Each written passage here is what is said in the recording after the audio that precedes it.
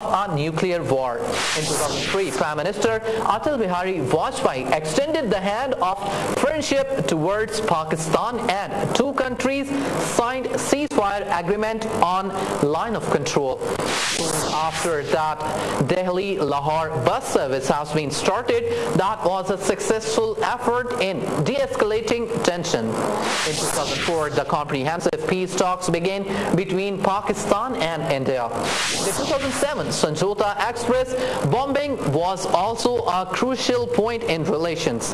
Approximately 1.5 years after, the Indian authorities revealed that explosive material was provided by Colonel of an Indian army.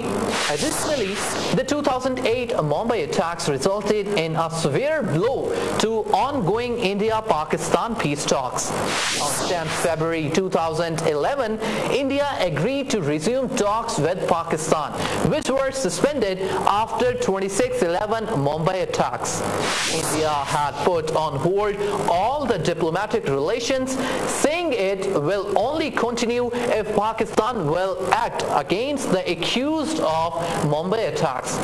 On 13 April 2012, following a thaw in relations whereby India gained MFN status, the most favored nation status in the country, India announced the removal of restrictions on FDI investment from Pakistan to India. Now in 2013, 120 incidents of ceasefire violation have occurred so far along line of control in Jammu and Kashmir, highest in the last 8 years. Yes, Hamid Sahib, as you saw the report on and off relationship between Pakistan and India, I would like to know first, historically, if we go back and we analyze the history, we have Quaid-e-Azam saying on 20th October 1947 in his speech, he warned us that India are going to attack the two-nation theory. He said they are going to attack the two-nation theory. Two-nation theory must be guarded. Now he's warning us in 1947, and then we see in 1971, Gandhi, in her speech, Indira Gandhi mentions that we have taken the revenge for 1,000 years slavery. And the second thing that she mentioned is that today we have drowned the two-nation theory. So the warning from Quaid-e-Azam getting proved almost after 25 years by Indira Gandhi. How do you see that? You see, Pakistan-India relationships are a complex issue which the world does not understand. The world tried to resolve the disputes between Pakistan and India on the basis of trade relations, on the basis of more economic activity or diplomatic contacts. But time has come now that we understand the baggage of history. Ever since the creation of Pakistan, since 1947, both countries, India and Pakistan, are in a perpetual state of war with only intermittent periods of ceasefire. There has never been peace. There have been ceasefires. And both the countries have always remained in a state of war. Immediately, while Pakistan was being created, one of the greatest slaughter of human history took place while Pakistan was being made. Almost 5 million people were butchered on their way towards Pakistan in India by Hindus and radical Sikhs, to people who were migrating towards Pakistan when the British India was divided into Pakistan and India in 1947. So the blood started from the very beginning. The blood feud was actually triggered at the very beginning, even before the birth of the two nations. After the creation of Pakistan, 1948 war over Kashmir, India occupied Kashmir, a war which lasted almost 14 months. Even immediately after the birth of two nations, the war was triggered in Kashmir, and the Kashmir dispute still remains a flashpoint for a nuclear war. After 65 years, Kashmir remains an undecided, disputed land. So we have been through so many wars between the two countries, and we see an ill intention from India. So how do you see that we will be progressing towards any positivity then? You see, coming back to your point first, I would like to explain that in historical context. In 1971, we fought a war with India. After 1948, another high-intensity conflict was fought in 1965, again over Kashmir. In 1971, India was able to dismember Pakistan's eastern wing. East Pakistan was dismembered, and now, which is Bangladesh, was created. After the creation of Bangladesh, Indira Gandhi celebrated a victory speech in the Indian Parliament, and there, the speech that you quoted, she mentioned 2 points. She said, "Today we have taken the revenge of 1,000 years of Muslim rule and slavery." And second, she said that we have drowned the two-nation theory in the Bay of Bengal. Now, these are the most profound statements coming from an Indian leader, mainstream Indian leader, Indira Gandhi, whose party rules India today. Unless you understand the context of these two statements, you will never understand why Pakistan and India remain at war perpetually. Fact of the matter is that India carries a burden of shame and humiliation upon its conscience. Every Hindu living in India, every political leader carries a burden of shame and humiliation for the simple fact that Muslims ruled over India for 1,000 years. A handful of Muslims came from Central Asia, Afghanistan, Iran, Turkey, Arab lands, and they ruled India dynasty after dynasty after dynasty. 1,000 years of Muslim rule, and Indians are at a loss to explain this. So they want Pakistan to pay back another 1,000 years? So, let me finish. Indians are at a loss to explain this. How did this happen that handful of Muslims ruled over India for 1,000 years? And the sense of revenge is burning rage within, always, perpetually. No Hindu ever forgets this. Even outside world doesn't know this, but the venom came out when Indira Gandhi made that speech in the parliament after she defeated Pakistan in East Pakistan and created Bangladesh, dismembered Pakistan. The happiness of achieving a victory against in her Muslims speech in 1971 came out, and she said, "Today we have taken the revenge of 1,000-year slavery." So this baggage of slavery never leaves Indian psyche, Indian mindset. And the fact of the matter is, it's not just the baggage of 1,000 years behind. It's also the fear the same thing can happen again in future. They suffer from a perpetual inferiority complex. They live in a perpetual fear of a Muslim invasion from the West. Always, you pick up the history for the last 1,500 years, 1,400 years, ever since the Islam has come into this region, ever since Islam came into this world, Muslims have been attacking India from the West, from Afghanistan, from Central Asia, from Iran, from Turkey, from Arab lands, as we said.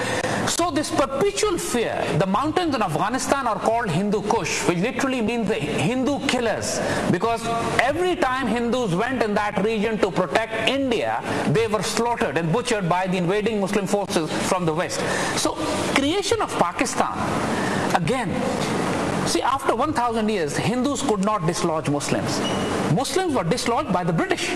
So this is an important point to understand. Right. And when the British were leaving, British ruled India for about 90 years, and the British were leaving, for the first time in almost 1,500 years, Hindus thought they could have a unified, united India at their disposal. They will rule again.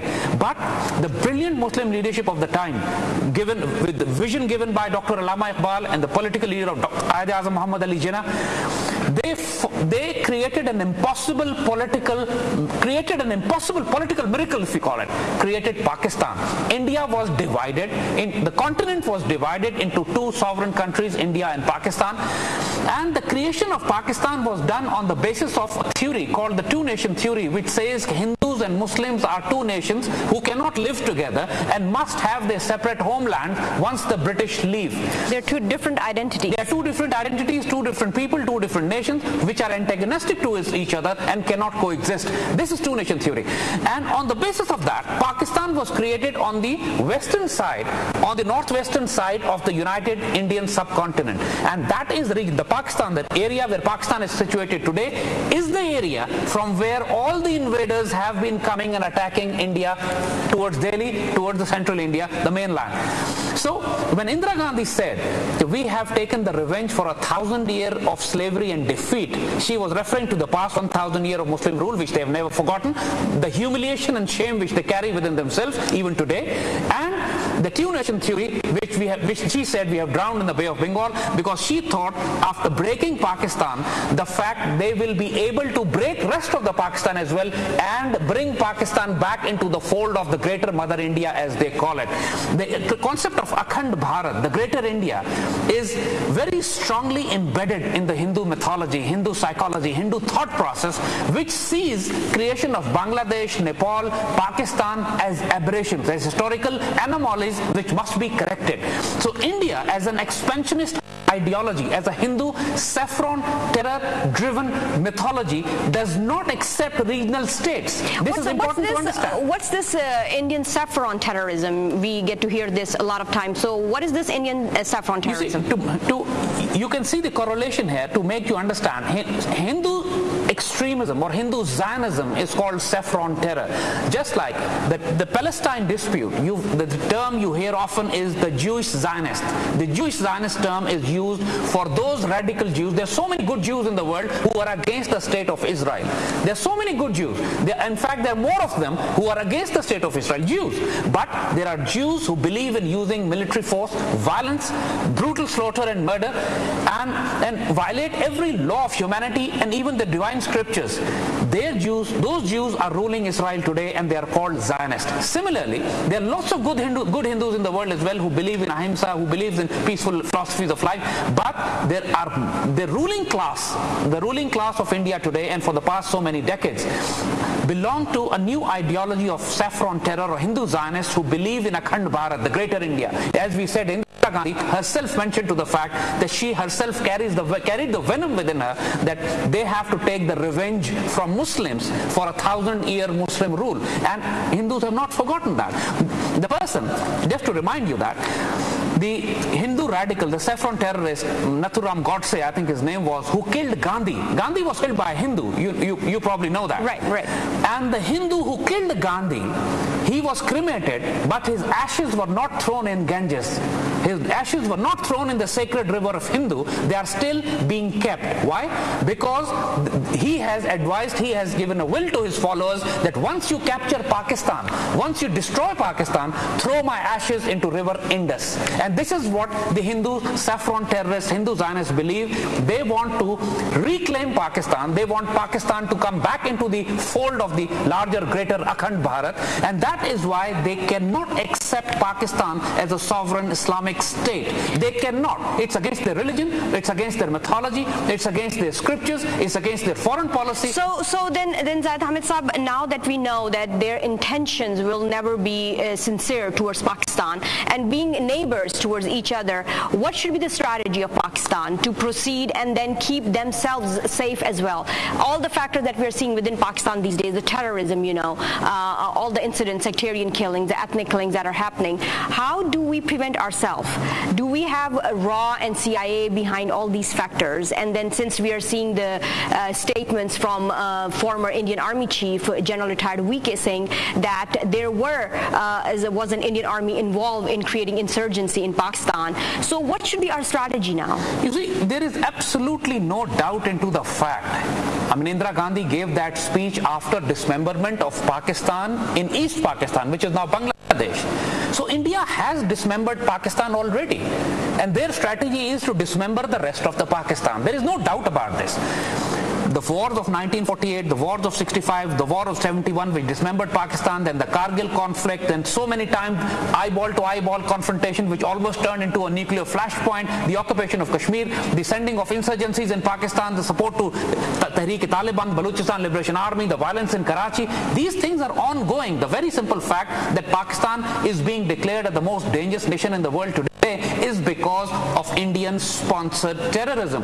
Now, and the only solution that Pakistan can have is, Quaid-e-Azam had very categorically defined this point as well, the only way to deter an enemy from destroying the two-nation theory, from destroying Pakistan as a state, because Quaid-e-Azam knew this very well, that India is a Hindu state. It's not a secular state, it's a Hindu state. And Quaid-e-Azam, so many statements are on record saying this, warning our nation that be careful of the fact that India will remain a Hindu state and they will not accept Pakistan as a separate nation state, and in fact they will try to bring Pakistan back into the fold of the larger India.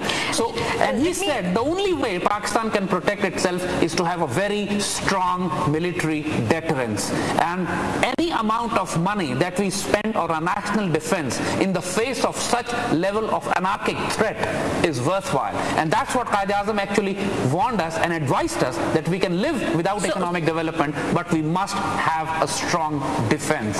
So now the question comes to that, do we have a strong defense or not? We will continue our discussion right after a short break. Stay with us. We'll be right back after a short break. Welcome back, viewers. We are analyzing the relations between Pakistan and India, and today at what stage are they standing? How should we proceed from here? Before going on the break, Zaid Hamid mentioned that Quaid-e-Azam advised us that to prevent Pakistan from all kind of insurgencies, we must have a very strong defense deterrent. Let's see that what are we standing up to now? Are we standing strong enough? And then the recent confessions that are being made by the former Indian Army Chief, General retired V.K. Singh, in which he claims in Hindustan Times that Indian Army supported the insurgency in Pakistan. For that purpose, Indian Army contacted secret missions, carried out secret missions, and they contacted Lashkar-e-Taiba to create this insurgency. Also, he claims that they had a special unit called Technical Support Division, and that conducted operations like Deep Strike Pakistan. And he also said that Indian Army paid to destabilize the Umar Abdullah government. Now, before we continue our discussion, we would like to see what V.K. Singh has to say and what other statements can we bring from related to these statements that he mentioned. Let's have a look at that. Why would the army transfer money to a minister? Army transfers money to all the ministers in J&K. Army transfers money to the ministers in J&K? Absolutely. Please explain. Because there are various things to be done. No, what done? Ministers have to do various things. Like what? There are so many things to be done as part of the stabilizing factor in Jammu and Kashmir, as part of the activities to be organized. Does that not amount to interference in the affairs of a civilian government? I don't think so. Why? If a civilian government is unable to get the people together, and if you can assist them, mind my words, if you can assist them without making them feel that they have failed in their task, I think you are only helping a national. संस्थाओं की integrity के बारे में उसकी copy आपको दी गई है, आपने वो पढ़ी है। मेरा मानना है कि अगर इसके ऊपर कार्रवाई होती तो शायद आज जो हम दुर्दशा देख रहे हैं वो नहीं होती। और मेरा ये भी मानना है कि अभी भी समय है कि इसके ऊपर कार्रवाई की जाए, ताकि ऐसी चीजें दोबारा ना उभरें। एक और चीज जो मैं तथ्यों के आधार पर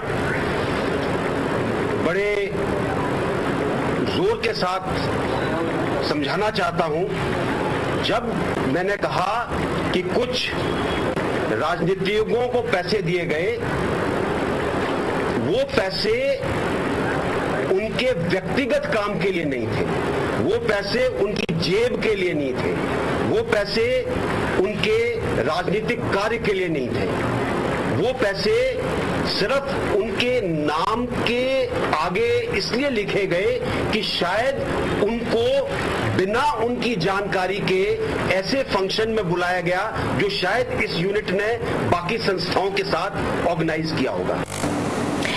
Yes, Hamid sir, as you saw V.K. Singh confessing that Indian Army was involved in destabilizing Pakistan, and then he mentioned that Army transfers money to destabilize government in Jammu Kashmir.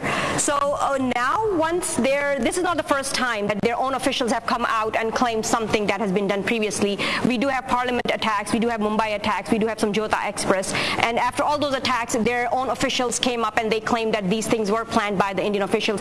Why don't our governments make a stern stand and then give them a response in UN, or they take this strategy of Indian government creating all this and then claiming it later? You see, in the nuclear age, when Pakistan and India both are nuclear powers, a new doctrine of war has developed between the two nations. Pakistan has been more passive in the last 10 years, particularly ever since Pakistan has joined the American so-called war on terror. The government of Pervez Musharraf, the government of Zardari, now the government of Nawaz Sharif, they've all been taking very subservient and docile role to the Americans. And the American pressure has always been on Pakistan to have good terms with India.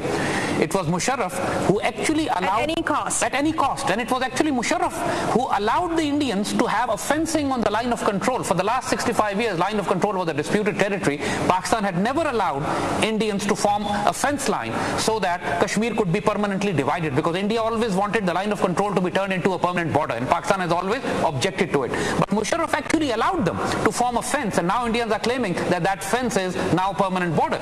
So the Zardari government as well and Nawaz Sharif government as well are under strong American and IMF pressure to have good terms with the Americans. So Pakistan is actually not doing anything inside India.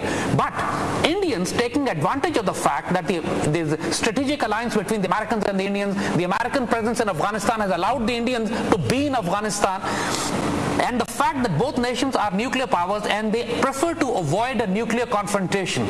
In that scenario, the new doctrine that has been developed by the Indians are called the urban fourth generation war, which means support to insurgencies, support to militant groups, support to terrorist groups, support to the political parties, both inside Pakistan and in Kashmir as well, who would be then undermining or sabotaging all peace processes, who will be sabotaging the internal political process of Pakistan. All major political parties of Pakistan, quite a few of them who are in the government now, have strong Indian contacts. Awami National Party in Pakistan is known to be very close pro-Indian party. NQM is known to be strongly pro-Indian party.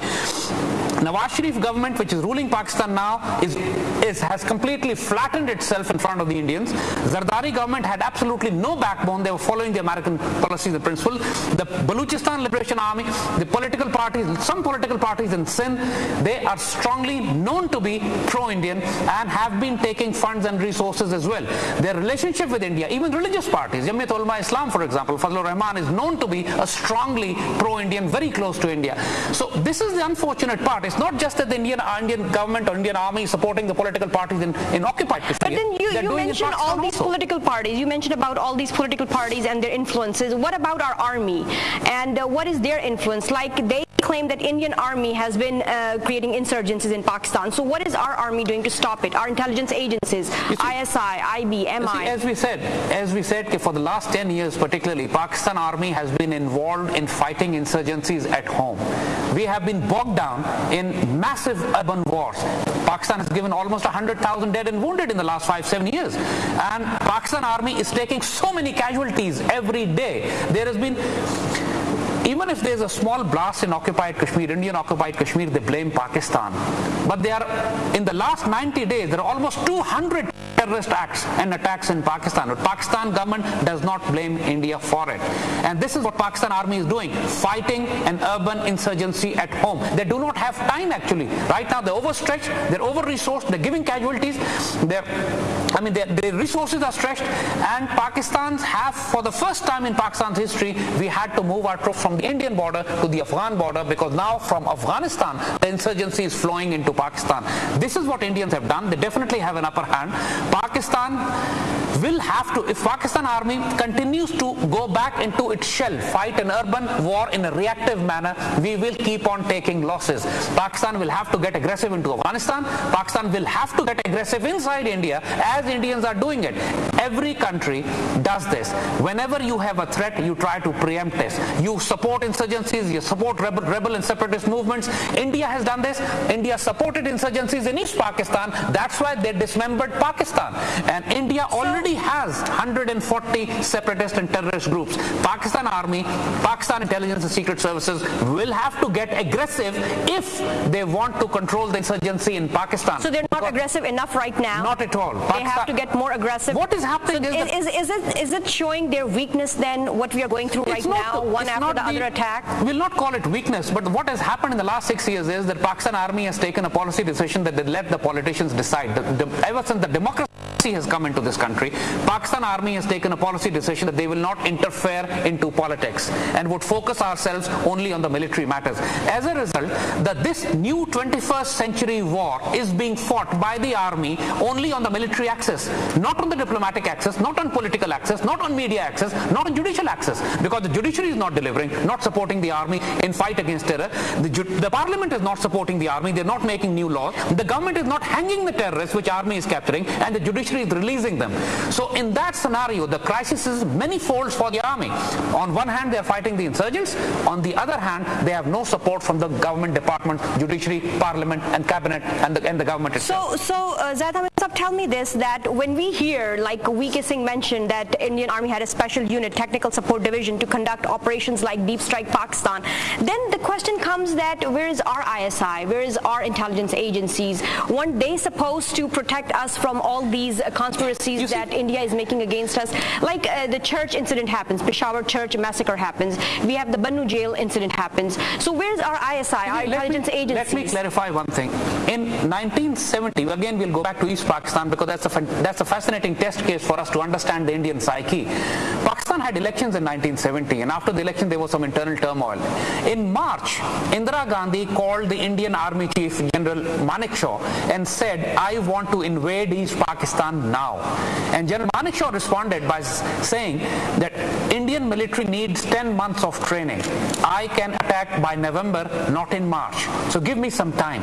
So Indian Prime Minister said, Indira Gandhi, same Indira Gandhi which made that victory speech, said, okay, I will take help from Indian intelligence services till that time. So they created, Indian Prime Minister ordered the Indian Secret Service to go into East Pakistan, create the Mukti Bani rebels, and for 9 months Pakistan Army fought the Mukti Bani rebels till the time Indian Army was ready to move in from all sides and they captured East Pakistan. This is what happens. Pakistan, all intelligence and secret services can do anything you tell them to do, but they have to be told by the political governments. For the last 10 years, Pakistan ISI and intelligence services have been stopped, choked, have been completely restrained from operating inside India. As I told you about the fencing on the line of Kashmir. Kashmir is a disputed territory. Even if Pakistan crosses the line of control, we are not violating any international law. It's a disputed territory. The resolution is in the UN. Both countries claim it. A line of control has been changing in the last 65 years so many times. So sending in militants into Kashmir, or if the Kashmiris migrate into Pakistan, or if Pakistan decides to wage a war on the line of control, as India did, India crossed into Siachen, captured a Pakistani glacier in Siachen, again that was across the line of control. India did it, and still India is holding lots of Pakistani land in Pakistani glacier land. So the fact of the matter is, everything can be done. There are Sikh insurgencies in India, there is 140 separatist movements in India. The biggest threat to India is from the Naxalite Maoists, which control almost 40% of Indian Federation. So everything can be done. India can be broken down. India has never been a unified state in its history, except when the Muslims were ruling or when the British ruled. Before that, India was always a collection of Rajas and Maharajas, like counts and dukes. So if we look at the threats that are to Pakistan in the form of BLA, TTP, and then if CIA and RAW are supporting these elements to create a massacre in Pakistan, then how come ISI and all these intelligence agencies play a stern role to prevent all these insurgencies? You see, that's exactly what I said. When you fight an urban war, you need new laws. You need to give more powers to the secret services, to the intelligence services, to the Pakistan Army, because what is happening in Pakistan today is that you are deploying Pakistan Army into operations, you're deploying the Pakistan military intelligence services into operations, but when the terrorists are caught, they're handed over to the civilian judicial system.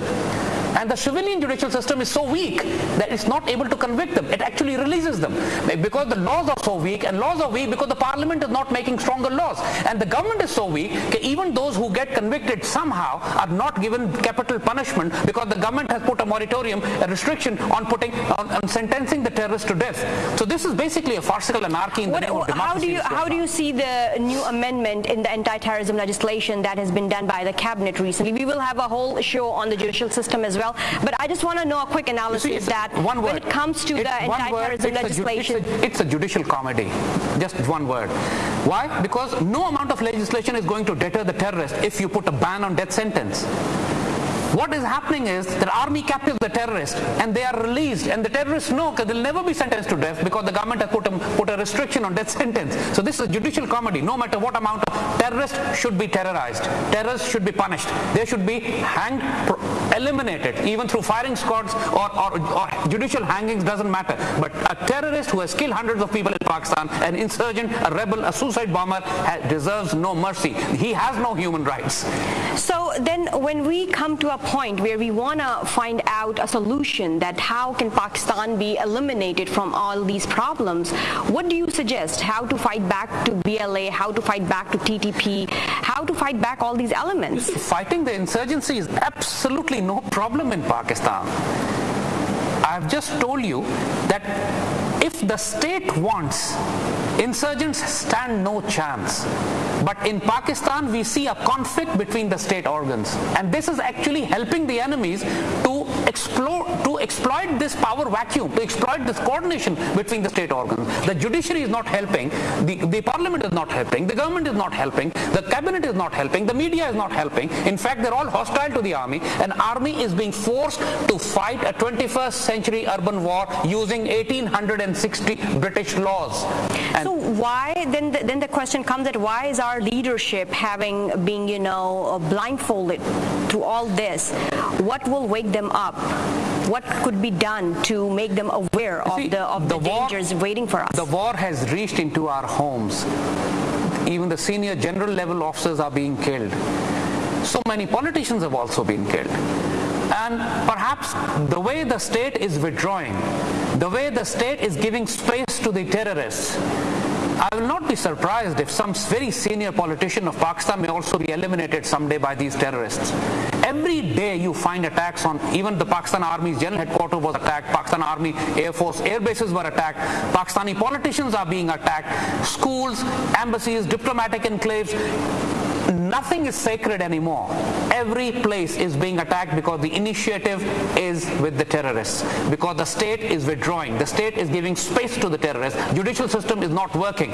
So unless and until the state realizes, the government realizes that they have to wake up, make stronger legislation, impose death penalty, gives more strength and power to the army and the intelligence services, I'll not be surprised that Pakistani Prime Minister or President or some governor may also be assassinated by these terrorists who can kill hundreds of people. Recently in Peshawar you saw, in a church attack, they killed almost 100 Christians. So nobody is safe, Muslims, non-Muslims. So it's not a question of... And Tehreek-e-Taliban Pakistan is not claiming the responsibility. It doesn't matter whether they claim or not. They are compulsive. Now there's a Jandullah group that is claiming the responsibility. It doesn't matter. Tehreek-e-Taliban are compulsive liar terrorist groups. The fact of the matter is no group in Pakistan has suicide bombers except TTP. Whether they claim it or they don't claim it, the fact of the matter is somebody went in to blow themselves up. But why would not they claim it? If they would have done it, then they have claimed all the previous massacres or incidents that they did. Why not this one? For example, the fact is the international condemnation was too strong. And they are very smart people. When they do something, for example, also when the blast in Peshawar's Meena Bazaar took place, in which over 300 people were killed in Peshawar, the public backlash, the national backlash was so intense, especially when the attack on Malala took place. The national backlash was so intense that Taliban actually went on the back foot and denied it and even offered an apology later. So do you think that this Peshawar church massacre was kind of giving a message or some kind of pressure to Prime Minister Nawaz Sharif before he does his speech? Basically, what is happening is... We will continue our discussion after a short break. Stay with us. We'll be right back after a short break.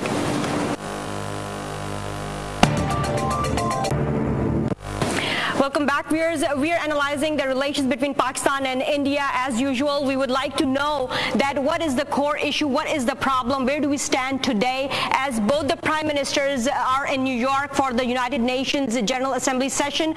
Before we come back to our discussion, we would like to show you that the recent attack in Maqbuza, Kashmir on an Indian army camp in which an Indian colonel and few soldiers have been killed, and how Indian media is propagating that this attack has been conducted by Pakistan Army without any proofs, without any evidences. Let's have a look at that and then we will come back to our discussion.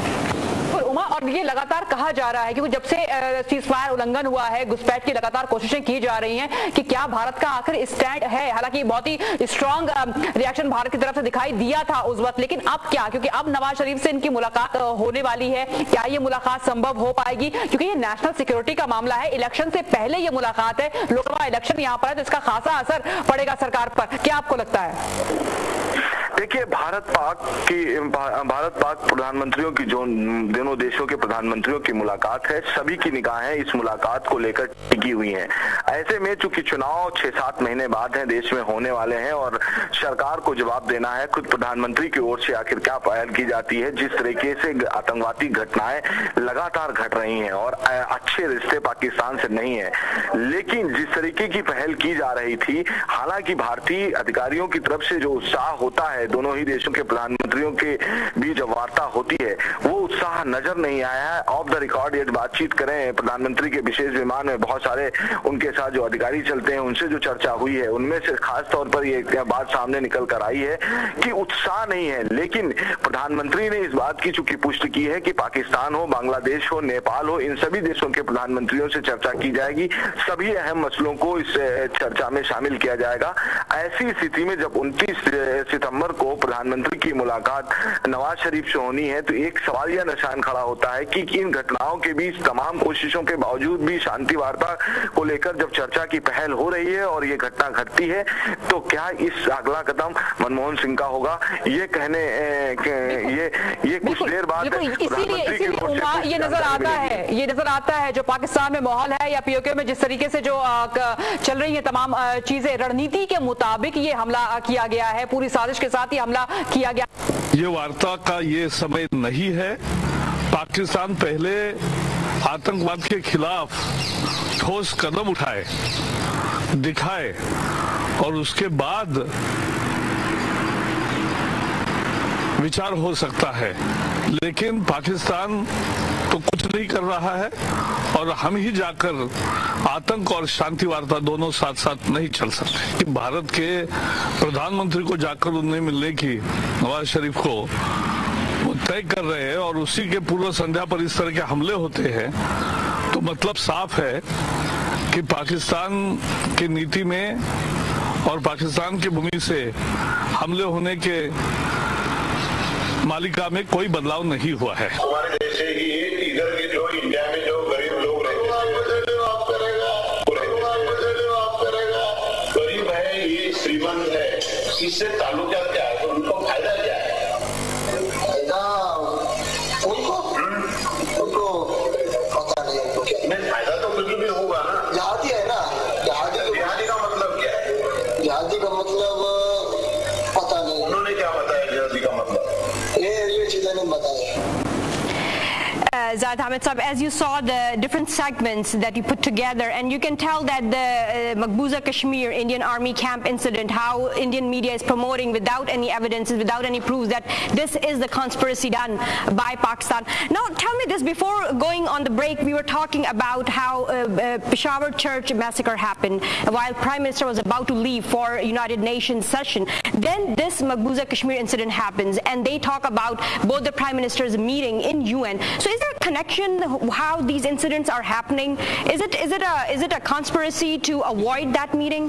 Prime Minister Nawaz Sharif was going to the Christian world, and the massacre of Christian at that particular moment was actually meant to send a signal to the world, to the Western world, that Pakistan is a failing state, its democracy is failing, Pakistan state is facing a collapse, and it's a dysfunctional democracy which is not capable to have nuclear weapons. See, that lots of signals are sent through one terrorist act. The very simple fact that the Indians are now blaming Pakistan for the occupied Kashmir attack on an Indian army base. Let me remind you something. Pakistani Prime Minister was about to meet the Indian Prime Minister, is about to meet the Indian Prime Minister in New York.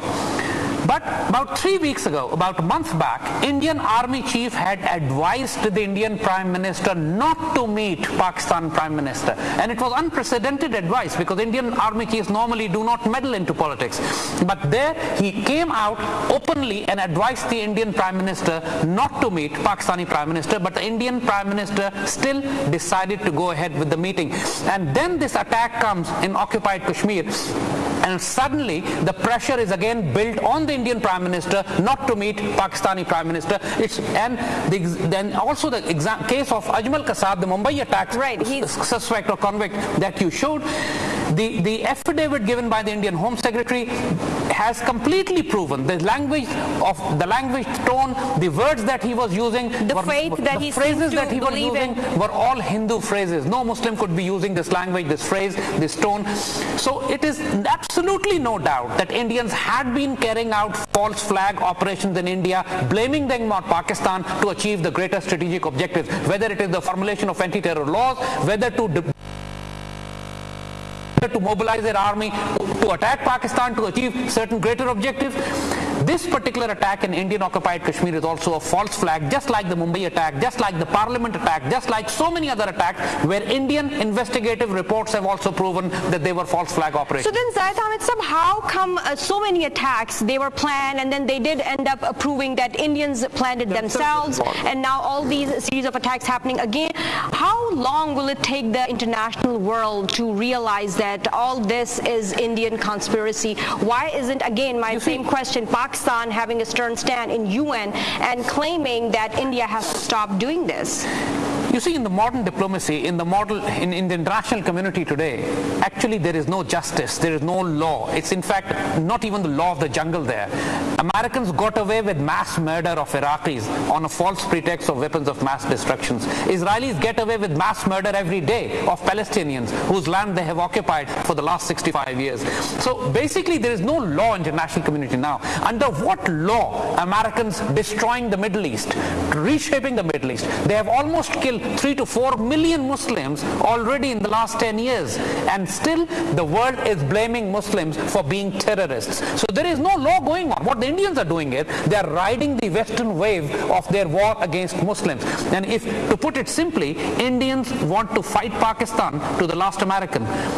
They are trying to ride the American sentiments and emotions to fight Pakistan. And as long as this global environment remains, nobody would listen to a Pakistani voice. But still, the Pakistani government itself is weak. Pakistani government is not taking up those cases in the United Nations or in the international community. We have proof, we have evidence available with us, but that evidence is not being presented to the international media or to the international community. At least the Pakistani... That's a bigger question, why? Why? And then, we see Prime Minister Nawaz Sharif claiming that, he would like to have the same environment as it was in 1999 when there was a peaceful situation between Atal Bihari Vajpayee. This is the problem of memory.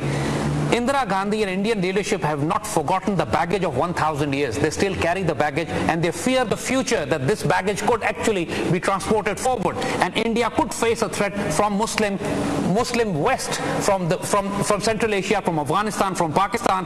The threat could also come in future. They have not even forgotten the 1,000-year baggage, and these Pakistani leadership don't even have a memory of 5 years to know that what India has been doing into Pakistan.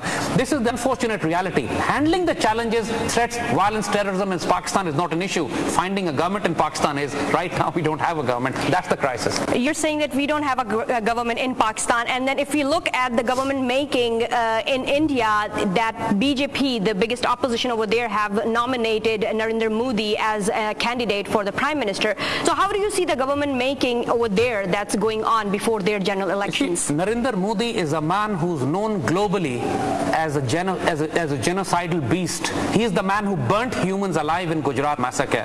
At least 5,000 Muslims were burnt alive by Narendra Modi.